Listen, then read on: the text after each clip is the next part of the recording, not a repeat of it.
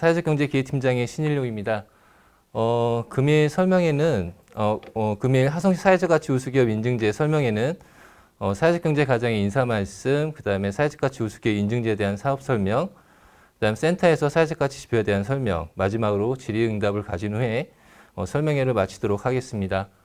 그럼 지금부터 하성시 사회적가치 우수기업 인증제에 대한 설명회를 시작하도록 하겠습니다. 먼저 사회적경제과장의 인사 말씀이 있겠습니다.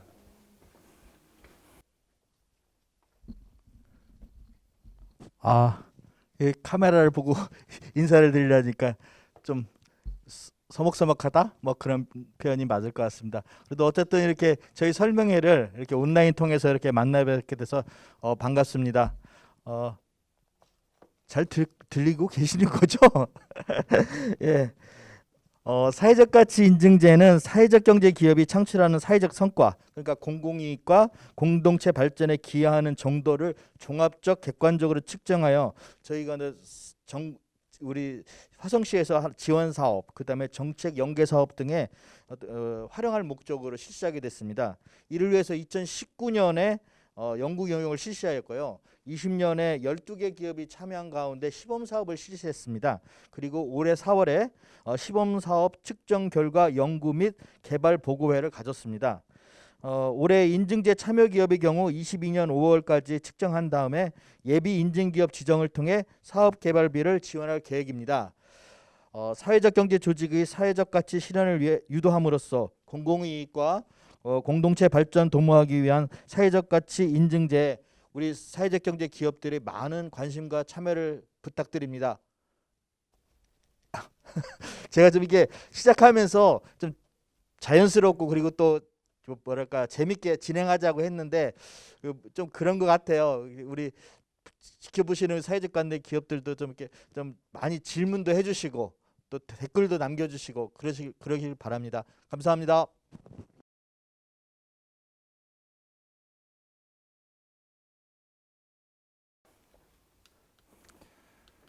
네, 그럼 지금부터 하성시 사회적가치 우수기업 인증제에 대해 설명을 진행하도록 하겠습니다. 먼저 하성시 사회적가치 우수기업 인증제는 가장 오랜 기간 동안 저희가 준비한 사업이 아닌가 생각이 되고요. 한 2년 이상을 준비한 만큼 중요한 사업인데 대면을 통해서 설명회를 준비하지 못하고 부득이하게 줌을 통해서 비대면으로 설명회를 가지게 된 점 널리 이해 부탁드립니다. 추진 배경입니다. 문재인 정부에서는 사회적 가치를 국정 운영의 아젠다로 채택을 하였고 전 세계적으로 사회적 가치에 대한 관심이 높아지고 있습니다. 사회적 경제는 사회적 가치를 추구하여 한다고 되어 있지만 그동안 사회적 가치에 대한 관심과 정책은 미비하지 않았나 그런 생각이 듭니다. 지금까지 사회적 경제의 정책은 양적 증가를 위한 정책이 대다수였고 이러한 양적 증가 정책을 통해 사회적 경제 기업이 증가하였다는 긍정적인 효과도 있지만 지원과 혜택을 받기 위해 사회적 경제 기업으로 진입한 몇몇 기업들로 인해서 사회적 경제 전체가 비난과 비판을 받는 부작용도 생기고 있습니다. 이제는 사회적 경제 정책이 있어서 양적 성장의 정책에서 질적 성장을 위한 정책으로 변화가 있어야 할 시점이고 사회적 경제 기업이 추구해야 할 사회적 가치 중심의 평가와 지원을 통해서 진정한 사회적 경제 기업들이 성장할 수 있도록 체계를 구축하고자 합니다. 그간 추진 사항입니다. 하성시 사회적 가치 평가 지표 개발을 2019년도에 개발했고요. 이 지표가 현장 적용이 가능한지 2020년도에 시범 사업을 실시하였습니다. 이를 통해서 현장의 의견을 수렴해서 최초 27개 지표를 21개 지표로 수정 작업을 실시했으며 올해 사회적 가치 우수기업 인증제를 시행하게 되었습니다. 사회적 가치 우수기업 인증제 추진 방향은 사회적 가치 실현과 함께 성장할 수 있는 기반을 마련하자입니다. 사회적 가치 지표 21개에 대해서 자료 제출과 증명하는 과정은 쉽지 않을 것이라 판단됩니다. 다만 이를 통해서 분명 기업의 성장과 다른 외부 공모 사업에 참여하는 데 도움이 되지 않을까 그런 생각이 듭니다. 사회적 가치 우수기업 인증 기준입니다. 올해 공모를 통해서 신청한 기업들을 대상으로 2021년도 활동한 자료를 토대로 측정을 실시해서 종합점수 60점 이상을 예비 인증 기업, 그다음에 3년 차인 재차 측정을 통해서 70점 이상인 기업을 우수 기업으로 인증할 계획입니다. 사회적 가치 우수 기업 인증제는 단년도 사업이 아니고 단연도 사업이라 할 수 있습니다. 결과 중심의 사업이 아닌 가정 중심의 사업으로서 사회적 경제 조직이 이 사업을 통해서 사회적 가치가 향상됐으면 하는 그런 바람입니다. 추진 절차입니다. 올해 5월부터 6월까지 곰곰이 접수할 예정이고요. 7월부터 12월까지 센터에서 사회적 가치 컨설팅 및 예비 측정을 실시하고 그다음에 내년도 1월부터 3월까지 센터와 사회적 가치 심사위원회에서 1차 서면 및 현장 심사, 그다음에 4월에 사회적 가치 심사위원회에서 비계량화 중심의 대면 심의를 통해 2022년 5월에 예비 인증 기업으로 지정할 계획입니다. 2년 차에는 측정이 없고요. 3년 차인 2023년 7월부터 3년간의 변화를 측정해서 2024년 5월에 최종적으로 인증 기업을 선정하고자 합니다. 방금 전에 설명드린 바와 같이 센터에서 컨설팅 및 예비 측정, 그 다음에 센터와 사회적 가치 심사위원회에서 1차 서면 및 현장 심사, 그 다음에 비계량 중심의 2차 대면 심사, 최종적으로 육성위원회에서 최종 확정을 할 예정입니다. 지원 내용입니다. 가장 중요한 부분인데요. 예비 인증 기업의 경우 지원 시기는 예비 인증일로부터 2년입니다. 사업 개발비를 점수 구간별로 최대 2천만 원까지 지원할 계획이고요. 공통 사항으로는 금융기관의 감전 융자 시 이자 차익 지원과 집전 융자 시 사회적 가치 평가를 올해부터 도입을 하는데, 이런 사회적 가치 우수 기업 인증에 참여한 기업은 그 점수 결과를 집전 융자 심사에 반영할 계획입니다. 인증 기업의 경우 인증 기간은 인증일로부터 3년입니다. 인증 기업의 경우 사업 개발비를 최대 4천만 원까지 지원할 예정이고요. 3년이 지나면 인증 기간이 끝나기 때문에 재차 참여해서 인증 절차를 진행하셔야 합니다. 다만 보조금은 최초 참여한 1회만 지원 가능하다는 점을 유념해 주시기 바라고요. 이 외에도 인증을 받은 기업들을 대상으로 다양한 지원 방안을 강구하고자 합니다. 분명한 것은 앞으로 화성시 사회적 경제 정책은 사회적 가치 중심으로 전환이 될 거라는 거를 명심해 주셨으면 감사하겠습니다. 사회적 가치 우수 기업 인증제 신청 및 접수 방법입니다. 신청 기간은 2021년 5월 24일부터 6월 11일까지이고요. 자세한 내용은 공고문을 참고하시기 바랍니다. 마지막으로 드리고 싶은 말은 잠시 후 센터에서 사회적 가치 지표에 대해서 이제 설명을 드릴 예정인데요. 센터에서 많은 고생을 해 주었지만 그럼에도 불구하고 사회적 가치나 매뉴얼이 완벽하다 할 수 없습니다. 앞으로도 지표나 매뉴얼 수정 작업을 계속 실시를 해 주어야 하는데요. 사회적 가치 우수 기업 인증제 참여해 주신 기업들의 많은 의견을 주시면 논의를 통해서 그런 지속적인 수정 작업을 해 갈 예정입니다. 많은 참여와 협조 부탁드리고요. 이상으로 화성시 사회적 가치 우수 기업 인증제 사업 설명을 마치도록 하겠습니다. 이어서 센터에서 사회적 가치 지표에 대해서 설명을 이어서 하도록 하겠습니다.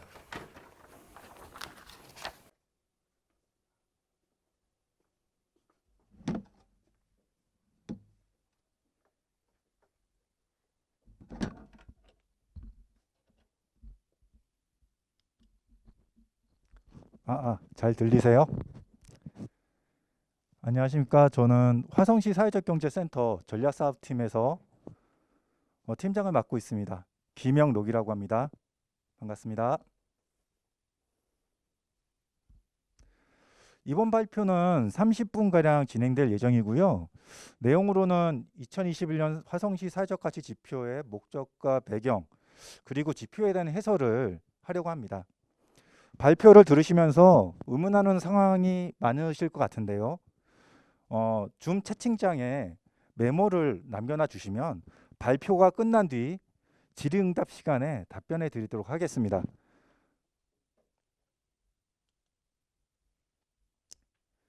첫 번째로 사회적 가치란 무엇인가에 대해 이야기하도록 하겠습니다. 사회적 가치는 관점에 따라 다르게 해석될 수 있는데요. 저희는 공공기관의 사회적 가치 실현에 관한 법률에서 정의한 내용, 그 내용을 따릅니다. 사회적 가치란 경제적 가치뿐만 아니라 사회, 환경, 문화 등 모든 영역에서 공공의 이익과 공동체의 지속 가능한 발전에 기여하는 핵심 가치를 이야기합니다. 말은 어려운데요. 우선 이 부분은 나중에 천천히 좀 더 이야기할 시간이 있을 것 같기 때문에 그때 좀 더 이야기를 드리고요. 이런 사회적 가치를 사회적 경제 기업이 얼마만큼 실현했는지를 종합적 그리고 객관적으로 측정하는 것이 오늘 이야기하는 주제인 사회적 가치 지표입니다. 사회적 가치 지표는 공공에서 민간으로 넓어지는 지원 상황 속에서 얼마나 지원을 해야 되는지, 또 지원했는데 결과는 무엇인지에 대한 물음에 답을 해야 된다. 이렇게 얼마만큼의 활동을 했는지에 대한 명확한 답변을 하기 위해서 그 만들어진 도구가 사회적 가치 지표이고, 이렇게 합리적이고 타당한 지원의 근거가 있다면 당연히 지원받을 수 있다. 그리고 지원받을 수 있는 영역이 더 커질 수 있다. 이러한 사회적 가치를 위한 평가는 평가에 참여하려는 기업의 자기 노력으로 인해 사회적 가치가 활성화되는 기능도 가지고 있습니다.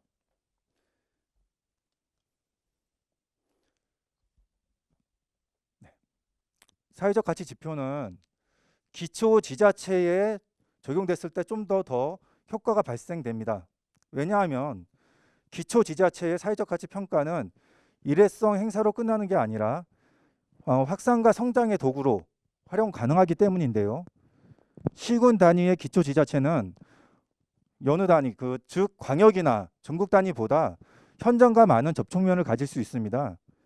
이에 사회적 가치 지표 평가를 통해 알 수 있는 기업에 축적되는 사회적 성과를 선명하게 인지하게 되고, 이를 기반으로 지속적인 관리와 지원이 있을 수 있기 때문입니다. 관리 대상과 범위가 넓은 광역이나 전국 단위 조직에서는 이러한 관계성을 맺기 어렵기 때문에 지역의 기초지자체의 사회적 가치 평가가 더 의미가 있다, 이렇게 볼 수 있는 것입니다. 또 이때 관리 포인트는 기업의 활동 결과 산출물이 아니라 아까 이야기했듯이 축적되는 사회적 성과, 영향력을 관리해야 의미성이 클 것으로 생각이 됩니다. 이 외에 기초지자체의 사회적 가치 지표는 사회적 경제 생태계를 조성하는 데 도움을 주는 방향으로 설계되고 운영되어야 합니다.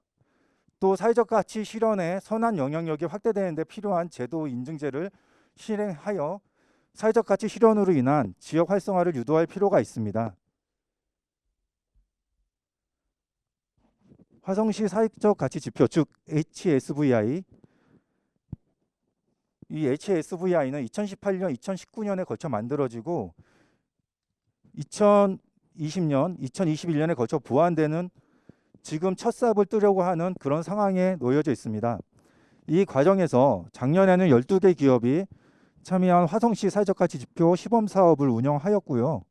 더불어 국내 지표와 국외 지표를 분석하여 조금 더 안정된 지표를 구성하고자 노력을 했습니다. 하지만 사회적 가치 지표는 가치를 다루는 평가 도구이다 보니까 앞으로 더 많은 고민과 연구가 있어야 합니다.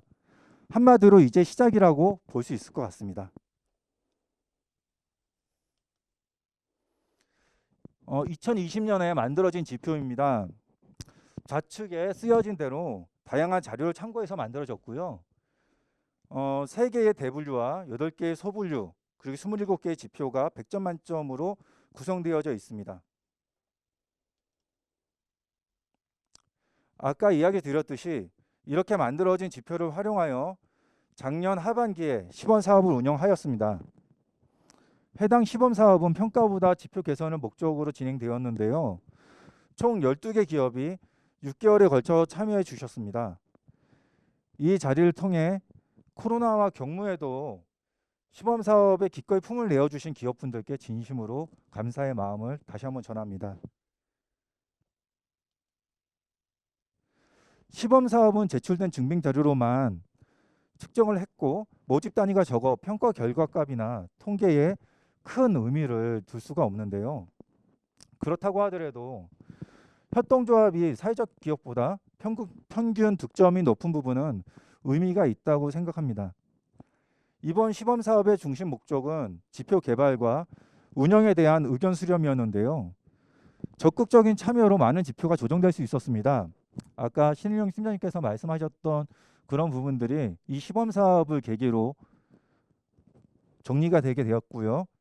이때 나온 의견 중에 많이 나온 것들은 측정 지표의 수가 많고 지표의 조정이 필요하다는 것으로 이 부분은 2021년 HSVI에 적용하였습니다. 이에 시범 사업을 통해 마련된 개선 사항은 여기 적혀 있는 대로 27개 지표를 21개로 줄이고 총 9개 지표의 기준을 명확하게 정리했으며 14개의 지표를 6개 지표로 통합 조정하였습니다. 이 외에 온라인 플랫폼 구축, 지표 변경, 지표 명칭 변경 등 현장의 의견에 기반해 지표의 조정과 간소화를 이뤘습니다. 이후에 진행한 것은 국내 지표 분석입니다. 분석 기간은 시범사업 기간과 거의 동일한데요. 이때 분석한 국내 지표는 진흥원의 SVI 그리고 서울시 사경센터 사회적경제지원센터의 협동조합 자가진단 모형, 사회적 경제 우수기업 선정평가체계, 그리고 SK의 CSES 사회적가치연구원에 운영하고 있는 사회성과 인센티브 SPC 사업, 그리고 신용보증기금의 사회적 경제 기업 평가 시스템, 그리고 저희 센터의 HSVI를 분석해 봤습니다.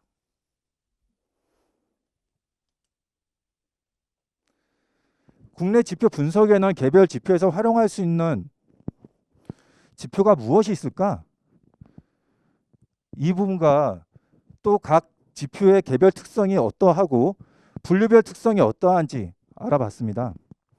이 자리에서 개별 지표의 특성을 일일이 다 이야기하기는 좀 어렵기 때문에 지표의 특성 부분만, 분류 부분만 이야기하자면 지표별로 목적한 바에 따라 지표 내 조직, 경영, 노무 등 세부 항목과 질문 내용은 비슷하나 측정하는 방향, 금융 활용이나 우수기업 인증 같은 이 방향에 따라 개별 지표의 평가 기준, 중요도가 서로 차이가 났습니다. 그런데 이 부분이 문제가 되는 것은 각 지표의 결과값이 서로 호환되기 어렵다는 점입니다. 즉 다시 말해서 SVI에서 70점을 맞은 거랑 그리고 신용보증기금의 지표에서 70점이 맞은 것이 동일한 점수값, 동일한 가치를 가지고 있지 않다라는 이야기죠. 어느 기관이 측정한 결과값이 다른 측정 기관에서 활용하기 어려운 상황은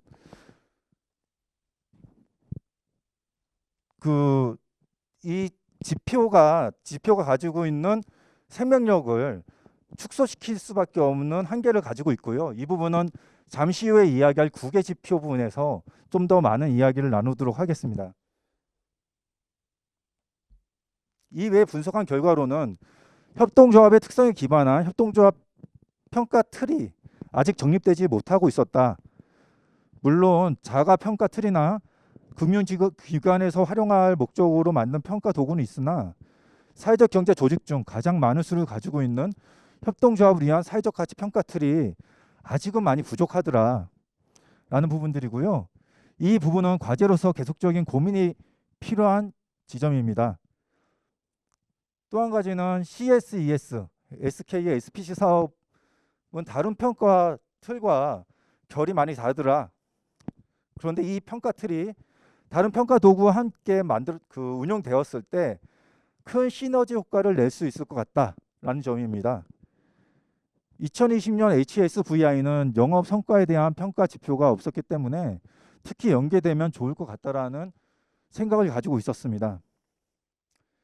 관내에서도 SPC 사업에 참여한 기업이 여러 있는 것으로 알고 있는데요. 현실적인 지원이 보장된 지원 체계로 SPC는 사회적 가치 평가에 시사하는 점이 많은 평가 도구입니다.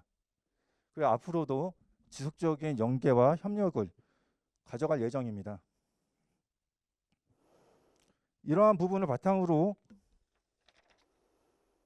HSVI 적용 사항을 이야기 드리겠습니다. 첫 번째로는 기업의 영업 성과를 확인할 수 있는 지표를 구성하겠다라는 것이고요. 두 번째로는 CSES, SK SPC 사업과 연계하여 경제적 가치, 성과 결과에 대한 영역을 보완하겠다. 그리고 사회적 경제 부문별, 그러니까 사회적 기업이나 협동조합에 대한 개별 적용 지표가 필요하니 이 부분들을 만들어야 된다라는 제안이고요. 그리고 조합원 한원 협동조합에 대한 이야기죠. 재투자 지표와 조합원 편익 향상 노력에 대한 추가 지표가 필요하다라는 부분입니다. 두 번째로 분석한 것은 국외 지표 부분입니다. 국외 지표에서는 2020년 12월서부터 2021년 2월까지 진행을 했는데요. 해외 지표 중에서 SROI, 그리고 BSC, LM3, Bcorp, IMP, IRIS 등을 분석했습니다.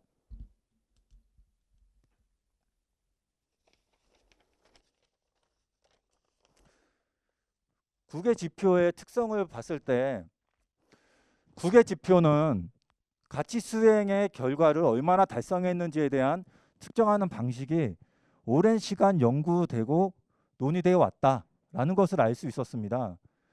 반면 국내와 비교를 해봤을 때 국내는 어떻게 해왔는지 아웃풋에 초점을 맞춰져 있었더라.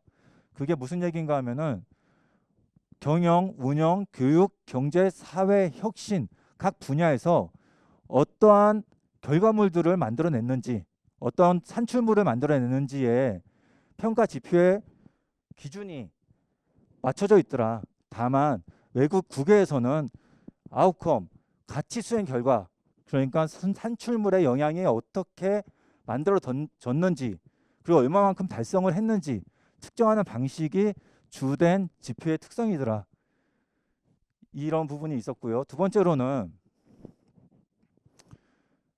국외 사회적 가치 평가 지표의 주요한 흐름은 가치 수행의 결과의 중요성을 말하고 있으며 현재 각각의 지표들을 통일성 있게 합의하고자 노력하고 있다라는 겁니다. 말은 좀 어려운데요. 이게 이야기하는 것은 국외 사회적 가치 평가 지표는 각각의 지표가 상당히 많습니다. 그 분석하기는 수백 개가 넘는다고 이야기를 하고 있고요.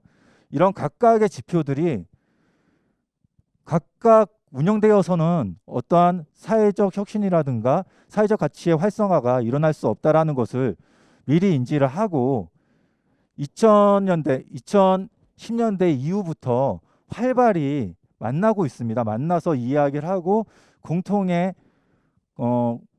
컨센서스 빌딩을 계속적으로 가지고 나가고 있습니다. 그래서 이는 많은 가치 평가에 대한 개선, 객관성, 호환성 확장 등을 하기 위한 조건이며 이를 위해 컨센서스 빌딩을 이루고자 하며 이에 대한 결과물이 IMP다. 그러니까 이 객관성과 호환성과 확장성들을 위해서 서로가 지표를 하나로 동일한 언어로 만들 수 있는 틀을 가지자. 그리고 그런 쪽에서의 다양한 대화와 그 논의, 이 부분들이 지속적으로 이루어져 왔다. 이러한 결과물들이 IMP라고요. 그 인터넷에 쳐보면 많이 나오는데요. 임팩트 매니지먼트 프로젝트라고 서로가 한때 인정할 수 있는 공통의 평가 틀을 가져가자라는 이야기가 계속적으로 확장되고 있는 상황입니다. 이런 국외 지표 분석에 따른 제안입니다. 국외 지표에 대한 분석은 지속되어야 하며 화성시 사회적 가치 지표 내 각각의 국외 지표를 어떻게 접목할지에 대한 방향으로 연구되어야 한다. 이 이야기는 국외 지표 부분들이 국내 지표에 접목되는 부분들이 쉽게 이루어지지는 않습니다. 그렇기 때문에 그 부분에 대한 지속적인 연구와 논의가 이후의 과제로서 남는다라는 부분들이고요. HSVI 지표에 포함되어 있지 않은 환경에 대한 지표를 신설하자. 비콥의 환경 관련 지표가 주요한 분류로서 5개 분류 중에 하나로서 평가하고 있는데요. 국내 지표들 중에서 환경 관련한 지표는 아직까지 크게 없는 상태입니다. 사회적 경제 기업들이 사회적 가치를 이야기하면서 환경 관련된 지표가 없다라는 것은 모순이다라는 부분들을 짚어내고 이 환경 관련한 지표를 신설 운영하자라는 제안을 하게 됐고요. 아웃컴 방식의 지표 운영을 신설하거나 기존 지표를 보완하여 운영할 필요가 있으며 인증 측정, 그러니까 우리 아까 인증의 절차를 2가지로 두었죠. 하나는 예비 인증이고 2년 뒤에 인증. 이때 2차 인증 시 아웃컴에 대한 지표로 재구성해서 측정할 필요가 있다라는 것들을 제안하게 되었습니다. 이렇게 시범 사업과 국내 지표 분석 그리고 국외 지표 분석을 전체적으로 진행했을 때 나오는 최종 정리되어지는 2021년 HSVI의 내용들입니다. 지표 조정을 하겠다. 물론 기준은 2020년 HSVI 대비한 기준입니다. 지표가 27개인데요. 이걸 21개로 조정을 하겠다. 그리고 지표 기준을 명확하게 하겠다. 이 명확한 건 어디에 들어가는가 본다면 매뉴얼 저희들이 배포를 할 텐데요. 그 매뉴얼에 지표 기준을 좀 더 명확하게 정리해서 배포할 예정입니다. 세부 지표 조정 및 간소화를 진행하겠다 라는 부분들이고요. 이번에 21개 지표지만 이 21개 안에 신설되어 있는 지표들이 포함됩니다. 사회적 가치 수행 결과에 대한 지표, 아웃컴에 대한 지표, 경제적 가치, 기업의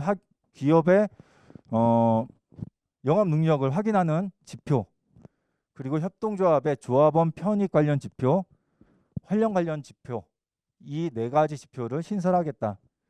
연구과제는 아까도 이야기했었는데요. 산출물 중심의 지표를 국외 지표 참고해서 이 산출물이 어떠한 영향을 미치는지 그 결과물들이 무엇인지를 측정하는 매뉴얼을 연구하겠다라는 것입니다. 이렇게 해서 지금 2021년 HSVI 지표가 완성이 되었고요. 이 HSVI 지표의 전체적인 이제 설명을 좀 드리면요. 총 21개 지표입니다. 아까 이야기 드렸듯이. 우선은 대분류는 4가지로 나눠집니다. 사회적 가치 분류, 조직 운영 분류, 그리고 지역 협력 체계 분류, 지속 가능 분류. 소분류로는 가치 수행, 협동조합 영역, 사회적 기업 영역, 그리고 공통 영역, 그리고 지역 경제 활성화 영역, 지역 생태계 구축 영역, 기업 경쟁력 영역, 윤리 경영 영역 이렇게 나눠집니다. 여기 쭉 보시면 아시겠지만 총 100점의 합은 100점입니다. 다만 이 중에서 하나가 이전에 2020년 HSVI와 동일하게 저희 평가는 협동조합 영역과 사회적 기업 영역이 2개로 나눠지게 됩니다. 이 부분에 대해서는 잠시 후에 좀 더 이야기를 드리고요. 우선 이 배점표를 보시게 되다 보면은 1번 지표가 25점을 차지하고 있습니다. 상당히 높은 비중이죠. 지역사회 문제 해결 정도 아웃컴이라고 나와 있는데요. 이 부분이 무엇을 이야기하는가 하면요. 아까 계속적으로 이야기했었던 그 아웃풋, 우리가 뭘 얼마만큼 했는지 라는 부분들을 활동에 대한 내용보다 활동에 따른 영향에 대한 부분들 그리고 결과물에 대한 내용으로서 우리는 측정을 하겠다라는 이야기를 몇 번을 드렸습니다. 그렇기 때문에 이 일본 지표, 아웃컴 지표 부분 관련해서 배점이 상대적으로 높은 편이고요. 이 아웃컴 지표 부분은 잠시 후에 상세하게 좀 더 설명해 드리도록 하겠습니다. 두 번째로는 환경 친화적 지표입니다. 환경 친화적 운영이라는 명칭으로 되어져 있고요. 이 지표는 신규 지표입니다. 신규 지표고요. 환경을 위한 내부 계획과 실행 활동, 환경 관련 제재 이력이 있는지 물어보는 지표입니다. 이렇게 25점 3점 해서 가치 수행은 28점으로 소분류 배점을 정리하고 있고요. 그 다음에 민주적 의사결정 지표입니다. 이 3번서부터 5번까지 협동조합 영역으로서 협동조합과 관련되어져 있는 분들만 참여할 수 있고요. 지표 3 민주적 의사결정 구조는 이사회나 총회가 얼마나 건강하게 운영되어지고 있는지 물어보는 지표입니다. 이사회나 총회에서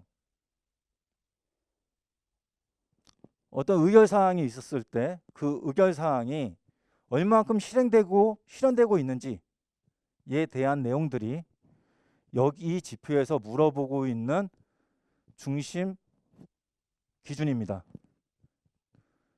지표 4 조합원 내부 이용 비율.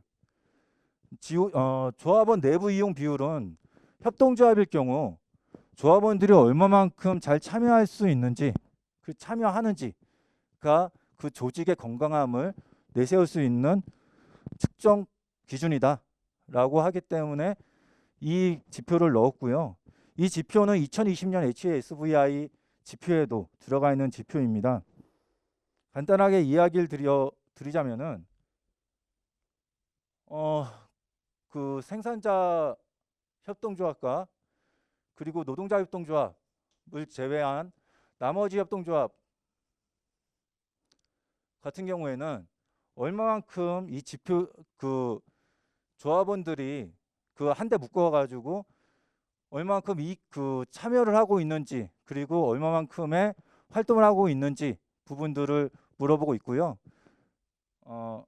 이 지표에 대해서는 나중에 조금 더 이야기를 드리도록 하겠습니다. 그 지표 5 같은 경우는 조합원 편익 지원입니다. 조합원 편익 지원은요, 신설 지표고요. 이 지표에서는 배당뿐만이 아니라 교육, 조합비 감면 등 조합원에게 돌아가는 다양한 혜택을 명기하도록 하는 지표입니다. 아까 국내 지표 분석 이후 나왔던 제안에서 이 부분을 짚었었는데요. 조합원이 열심히 참여하는 것도 중요하지만 조합원이 열심히 참여할 수 있는 조건을 만드는 것도 중요하다라는 영역으로 이 지표를 넣었습니다. 그럼 그 다음으로 사회적 기업 영역으로 넘어가도록 하겠습니다. 참여적 의사결정 비율 및 개최 횟수입니다. 조합원의 사회적 기업 대상으로 한 지표고요. 첫 번째로 의사결정의 이해관계자, 즉 근로자 측 인사나 사회이사 등 이런 이해관계자분들이 얼만큼 참여하고 있는지, 그리고 이런 의사결정이 얼마만큼 개최하고 있는지 물어보고 있는 지표입니다. 지표 7은 사회적 목적 실현입니다. 사회적 기업을 하고 계시는 분들은 잘 아실 텐데요. 사회적 기업의 일자리 제공형과 사회 서비스형, 기타형 등 인정 요건과 동일한 부분들을 물어보고 있는 지표입니다. 그래서 특별한 설명은 추가적으로 안 드리고요. 그 다음에 일자리의 질입니다. 여기 보시면 기존 지표가 11, 12, 13이 합쳐진 지표이다 라고 볼 수 있고요. 이 지표에서 요구하는 것은 이렇습니다. 괜찮은 일자리 비율과 취약계층과 비취약계층 간의 급여 차이를 물어보는 지표입니다. 괜찮은 일자리는 기간에 정함이 없는 근로계약과 최저시급 이상 급여 지급의 요건을 맞췄을 때 인정이 됩니다. 이런 괜찮은 일자리 비율과 취약계층과 비취약계층 간의 급여 차이를 물어보는 지표였고요. 그리고 9번 근로자 복지 수준입니다. 근로자를 위해 시행되고 있는 다양한 복지 정책과 명문화된 증빙 자료를 요구하는 지표입니다. 명문화된 증빙 자료는 취업 규칙으로 보시면 될 것 같고요. 여기까지가 사회적 기업 지표입니다. 그런데 이 공통 영역이라고 바로 밑에 있는 부분들이 있습니다. 작년 시범 사업에서 가장 이야기가 강하게 나왔던 포인트 중에 하나인데요. 작년에는 협동조합 영역에 교육 실행 및 참여 여부가 들어갔었습니다. 전체 대상으로 한 질문은 아니었고요. 교육 실행 및 참여 여부를 협동조합만 물어보지 말고 전체에게 다 물어보자. 상당히 중요한 요소가 아니겠느냐라는 질문에 이 공통 영역으로 빼서 배치를 했고요. 이 지표는 기업 내 근로자 1인당 교육 시간을 묻는 지표입니다. 여기까지 해서 조직 운영 대분류가 마무리되고요. 지표 11번입니다. 지역사회 근로자를 얼만큼 고용했느냐. 말 그대로입니다. 이 화성시 관내에 근로자를 얼만큼 고용했는지를 물어보는 지표고요. 지표 12는 지역사회 공급자 구매 비율입니다. 지역사회의 그 물건을 얼마만큼 구매를 했는지 물어보는 지표라고 보시면 될 것 같습니다. 이 지표 12 같은 경우에는 기준을 만들기가 상당히 좀 어려웠습니다. 왜냐하면 그 제조업을 하시는 분들과 그리고 서비스업을 하는 분들과 이 서로 간 좀 차이가 있을 수도 있었고요. 그리고 나는 여기에서 얼마만큼의 지역사회에서 공급자에게 구매를 했는지 증빙을 할 때 그 기준 자체 또한 명확하지가 않았던 겁니다. 그리고 증빙 또한 명확하지 않았기 때문에 이 부분에 대해서 상당히 좀 고민을 많이 했었습니다. 그래서 그 이번 2021년 HSVI 사업에서 매뉴얼에 이 부분에 대한 명확한 규정을 진행을 했고요. 이 부분은 나중에 배포되는 매뉴얼을 보시면 아실 수 있을 것 같습니다. 이렇게 소분류로 지역경제 활성화에 대한 내용으로 정리를 하고요.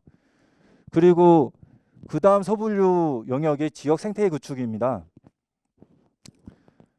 저희들이 2021년 HSVI를 진행하면서 그 보고회를 진행했었습니다. 그때 그 전문가 선생님들과 각계각층의 유관 그 관계자분들께서 많이 참석을 하셔서 의견을 주셨는데요. 지역 생태 구축에 대한 내용들을 보시면서 이 부분이 화성시 사회적 가치 지표의 가장 큰 색깔이 아니겠느냐라고 이야기를 하셨습니다. 내용을 살펴보면요. 13번 지역사회 사회적 경제 조직 간 상품 및 서비스 거래입니다. 즉 상호거래죠. 지역 내에 있는 사회적 경제 조직 간의 상호거래가 얼마만큼 발생하였는지 라는 부분들을 물어보고 있고요. 지표 14와 15는 뒷부분의 내용이 비슷하죠. 이해관계 협력체계 참여 정도와 협력 및 활동 참여 정도. 내용은 비슷합니다. 그 두 개 다 무엇을 이야기하는가 하면요. 얼마만큼의 연대 협력이 이루어졌느냐라는 부분을 물어보는 지표입니다. 다만 대상이 다릅니다. 지표 14 같은 경우는요. 행정이나 대학 그리고 사회복지법인 등 지역 내 이해관계자들 대상으로 이 지표의 대상을 설정하게 되고요. 지표 15는 말 그대로 사회적 경제 조직 간의 연대 협력 정도를 물어보는 지표입니다. 그렇게 해서 13, 14, 15가 지역 생태 구축을 이루고 있고요. 그 다음에 지표 16번 공모 및 투자 지원 발굴 건수입니다. 이 부분은 원래 다른 이름으로 지표 명칭이 되어져 있었습니다. 그런데 이 공모 및 투자 지원 발굴 건수로 하자라고 이야기를 했던 거는 좀 더 직관적으로 무엇을 요구하는 지표인지 알려줄 필요가 있다라는 의견 때문에 이렇게 명칭을 바꿨고요. 지표 16 공모 및 투자 지원 발굴 건수는 말 그대로 다양한 공모나 투자, 융자, 지원 등 다양한 지원을 얼마만큼 발굴을 해서 경쟁력을 갖췄는지 물어보는 지표입니다. 그리고 그 다음에 기업의 지속 가능성. 이 부분은 오타입니다. 기업의 영업 성과입니다. 영업 성과라는 이름으로 지표를 다시 구성을 했었고요. 이 부분은 영업 전년 대비 영업이익이 얼마만큼 올라갔는지 그리고 매출이 얼마만큼 성장했는지 물어보는 지표입니다. 그걸 바탕으로 해서 영업 성과가 어느 정도 됐는지 우리는 판단할 수 있을 것이다. 이렇게 판단을 한 거고요. 지표 18은 신규 기술 또는 상품 개발 여부입니다. 혁신이라는 이야기를 많이 하고 있는데요. 기업의 혁신을 상승하기 위해서 얼마만큼의 자체 노력을 기울이고 있는지 부분을 물어보고 있는 지표입니다. 다른 지표들은 비교 지표 외에는 다 당해년도 1년간의 활동 정도를 물어보고 있습니다. 그런데 이 지표는 직전 3년간 물어보는 지표입니다. 2021년이면 2019년서부터 3년 동안에 얼마만큼 이런 상품과 서비스 그리고 기술을 개발했는지 물어보는 지표입니다. 그리고 신규 일자리 창출의 수입니다. 말 그대로 신규 일자리 창출을 얼마만큼 했는지 물어보는 지표고요. 여기까지 기업 경쟁력을 알아보는 지표였습니다. 그리고 윤리 경영입니다. 재무 사업 감사 진행 여부입니다. 그 사업과 그리고 재무에 대한 감사는 상당히 중요한 요소죠. 그런데 원활하게 이루어지지 않는 부분들이 존재하더라. 그렇다면 원활하게 진행되고 있는지 없는지를 우리 판단을 해보자 라는 부분들을 물어보고 있는 지표고요. 경영공시 마지막 지표입니다. 이 경영공시 지표는 많이 들어보셨죠? 그 경영공시 요구되어지기도 하고, 그런데 이제 그 경영공시에서 요구하는 모든 질문 내용과 여기서 이야기하는 경영공시 내용과 동일하진 않습니다. 저희들 기준으로 이 부분들은 꼭 외부로 정리돼서 발표되어졌으면 좋겠다라는 부분들만 꼭 집어내서 지금 지표를 구성을 했고요. 여기에 있는 지표 구성에 대한 내용들은 저희 화성시의 정보관리 시스템이라고 있습니다. 거기에 기초 자료로서 들어갈 예정입니다. 이렇게 해서 윤리경영의 6점까지 해서 총 21개 지표가 정리가 되었고요. 간단하게 우리 어떤 지표들이 어떤 형식으로 구성되어져 있는지 공유하도록 하겠습니다. 다 할 수 없기 때문에 지표 1과 3 그리고 13에 대한 내용만 공유하도록 하겠습니다. 지역 사회 문제 해결 정도 비계량 지표고요. 25점입니다. 그대로 읽겠습니다. 사회적 가치 활동은 단순하게 활동을 했는지보다 얼마만큼의 가치를 창출했는지가 중요합니다. 그렇죠. 그렇기에 활동, 아웃풋, 활동이라는 활동도 의미가 있으나 기업이 진행한 진정한 가치 활동으로 구체적으로 무엇을 만들었고 얼마만큼 달성했는지 알아보는 지표입니다. 라는 겁니다. 이전에 지표 1번과 2번과 3번이 뭘 물어봤는가 하면요. 미션과 비전을 물어봤었고 이걸 어떻게 실행하고 있는지 물어봤었습니다. 비슷할 수 있죠. 그렇지만 조금 더 정교하게 정리되어져 있습니다. 이 지표 좀 더 이야기를 드리면 인풋, 아웃풋 만약 교육으로 이야기를 드리겠습니다. 인풋은 우리가 특정 대상을 통해서 교육을 진행을 했습니다. 아웃풋은 생산된 결과. 그래서 몇 명이 이 교육에 참여를 했습니다. 우린 사실 여기까지 물어봤었습니다. 그런데 이제 우리가 물어볼 요소는 인풋 아웃풋이 아닌 아웃컴, 임팩트, 타겟이라는 아웃컴 영역의 부분들을 물어보겠다라는 것입니다. 그렇다면은 그 교육 듣고서 얼만큼 효과가 있었어? 얼마만큼 많은 변화가 있었어? 그 변화가 만들어낸 가치로움은 뭐야? 라는 부분들을 물어보겠다는 겁니다. 이 가치로움 이후에 그 다음에 행보는 어떻게 될까지 물어보는 것이 이 지표의 전체적인 틀거리입니다. 네, 이 부분을 적으면 되는데요. 사회 문제, 중요도, 수혜자, 이해관계자, 현재 상태, 목표 대비 성과, 변화량, 위험 요인, 공유 여부, 이 부분에 대한 내용을 전체적으로 적어주시면 되는데요. 무엇을 해결하려고 하고, 그리고 어떤 유형이고 우리는, 그리고 어떠한 중요도를 가지고 있으며 어떤 사람들이 아니면 어떤 대상이 수혜자가 되고 있고, 그리고 이 수혜자 외에 이해관계자는 누구누구가 있으며, 지금 현재 우리 기업이 활동이 없을 시 어떠한 상황이 처해지는지,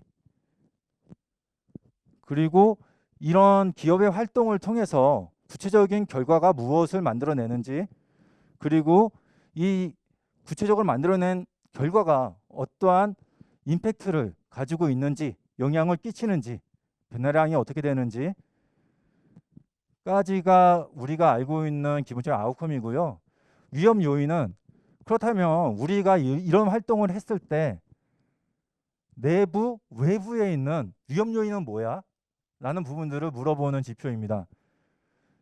이 부분은 왜 물어보는가 하면은 2차 스텝을 만들 수 있기 때문에 물어보는 지표입니다. 여기에 있는 이 내용은 아까 이야기했었던 IMP라는 지표 명칭을 기억하시는지 모르겠는데요. 9개 지표 중에서 많은 학자라든가 아니면 특정 지표를 만들고 운영하고 있는 기관에서 컨센서스 빌딩을 계속적으로 운영을 하고 있더라. 그래서 나온 결과가 IMP더라 라는 것을 이야기 드렸습니다. 우리 이것만큼은 물어보자. 그리고 이것만큼은 정리하고 이런 방식으로 우리는 기업의 정도를 측정해보자 라는 것을 정리했던 게 바로 이 내용입니다. 그래서 이 지표가 사실상 작성하기 상당히 어려울 것이다 라고 저희들은 예상하고 있고요. 이 지표 작성하는데 저희 센터에 많은 역량이 집중되지 않을까 이렇게 예상하고 있습니다. 지표 3 민주적 의사결정 구조입니다. 사회적 경제 조직은 민주적 운영이 상당히 중요하죠. 그렇기 때문에 지금 그 부분을 특히나 협동조합 같은 경우에는 자기 생명력과 같은데요. 이러한 민주적 의사결정 구조를 어떻게 진행하고 있는지에 대한 내용입니다. 이사회와 총회를 얼마만큼 그때 구성원들이 얼만큼 참여를 했는지, 그리고 주요한 안건은 무엇이었는지, 여기서 핵심은 결의 안건입니다. 안건과 집행 여부입니다. 그럼 이 안건들을 제대로 집행했어? 라는 부분들을 물어보는 지표입니다. 지표는 탁월, 우수, 보통, 미흡으로 판단을 하게 되고요. 탁월은 의사기구 4회 이상 집행 여부 사건 이상, 참여율 80% 이상. 미흡은 의결기구 1회 이하, 그러니까 한 번은 하겠지라는 생각이고요. 집행 여부 없음, 참석률 50% 이하입니다. 지표 13에 대해서 간략하게 이야기를 드리겠습니다. 아까 이야기했던 상호거래 이야기인데요. 왜 이 지표를 예로 들었는가 하면요. 말 그대로 상호거래 금액이 얼마만큼 됐는지를 물어보는 지표고요. 매출 단위에 따라서 평가 기준이 달라지게 됩니다. 이렇게 좀 구성을 했었다라는 것을 보여드리고 싶어서 준비를 했고요.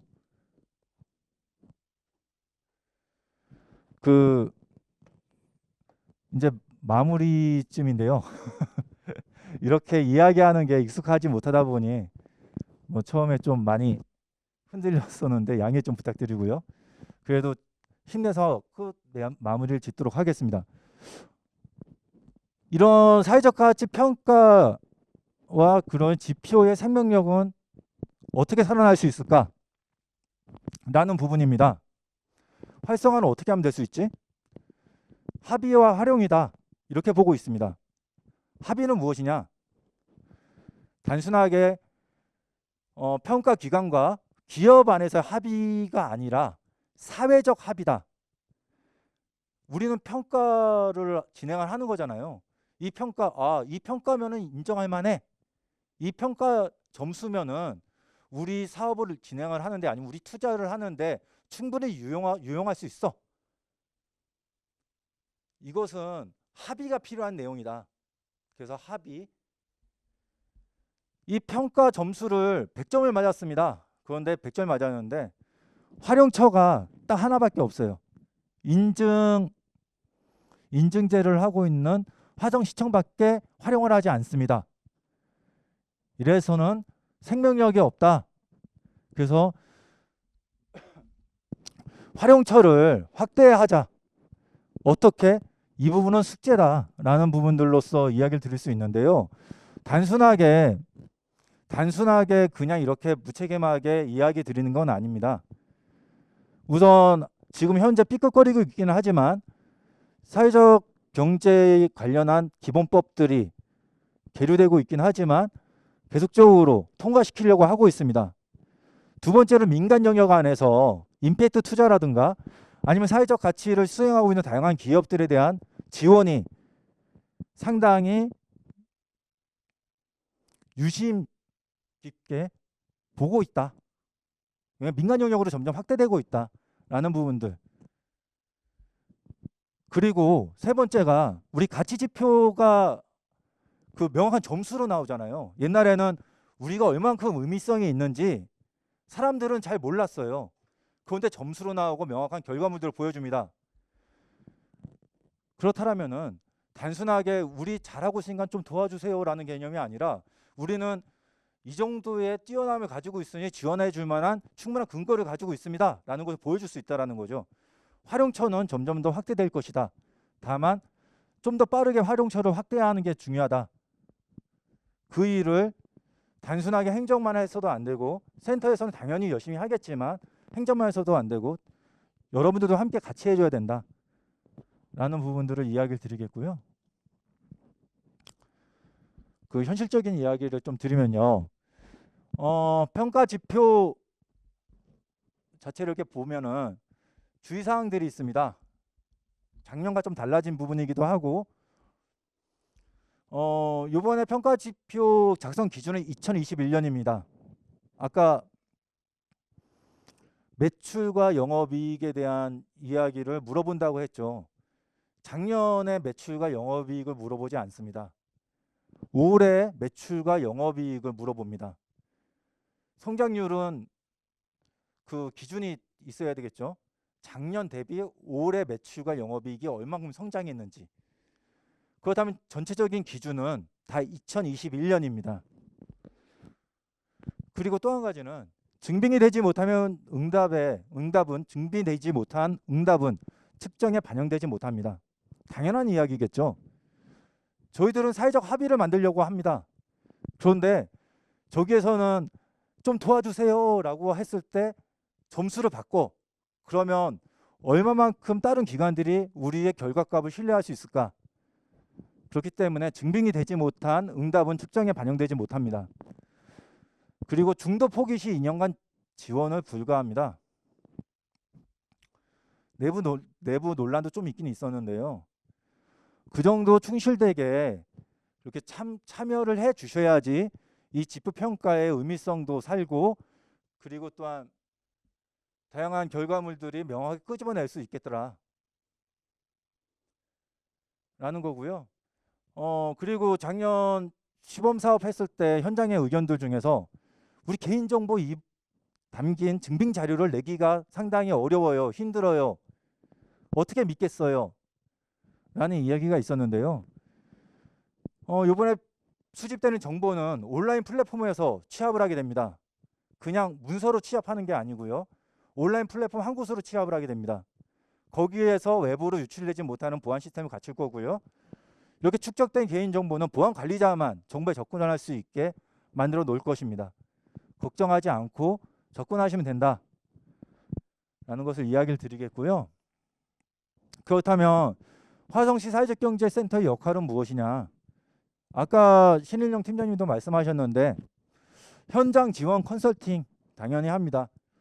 저희도 이거 믿고 지금 이 사업 진행하고 있습니다. 1번 지표 그냥 만들어 주십시오라고 했을 때 많은 기업들이 못하겠어라고 이야기할 수도 있다. 하지만 현장 지원하는 저희 전략사업팀이 계속적인 방문과 점검 그리고 또한 지원을 하려고 합니다. 그렇기 때문에 충분히 이 사회적 가치 평가에 들어오실 수 있다. 그리고 충분히 끝맺음을 할 수가 있다라는 부분이고요. 그리고 온라인 플랫폼 운영 관리합니다. 아까 이야기했던 사유와 편의성을 위해서 진행을 하고요.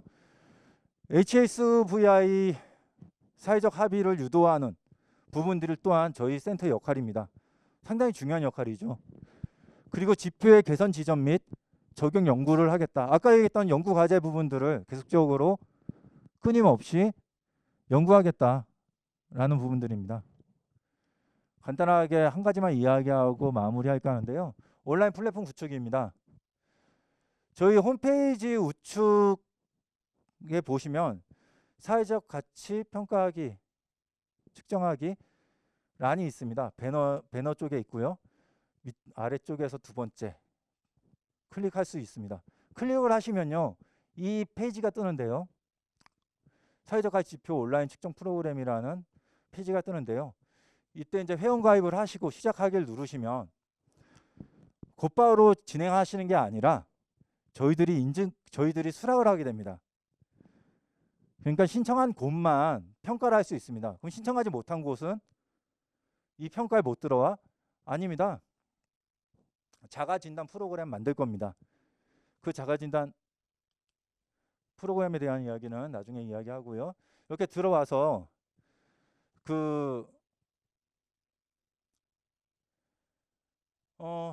각각의 이제 지표 21개 지표에 대해서 하나하나씩 이렇게 작성할 수 있게 만들어 놨습니다. 그리고 아래쪽에 가시면 증빙자료 첨부하는 란이 있습니다.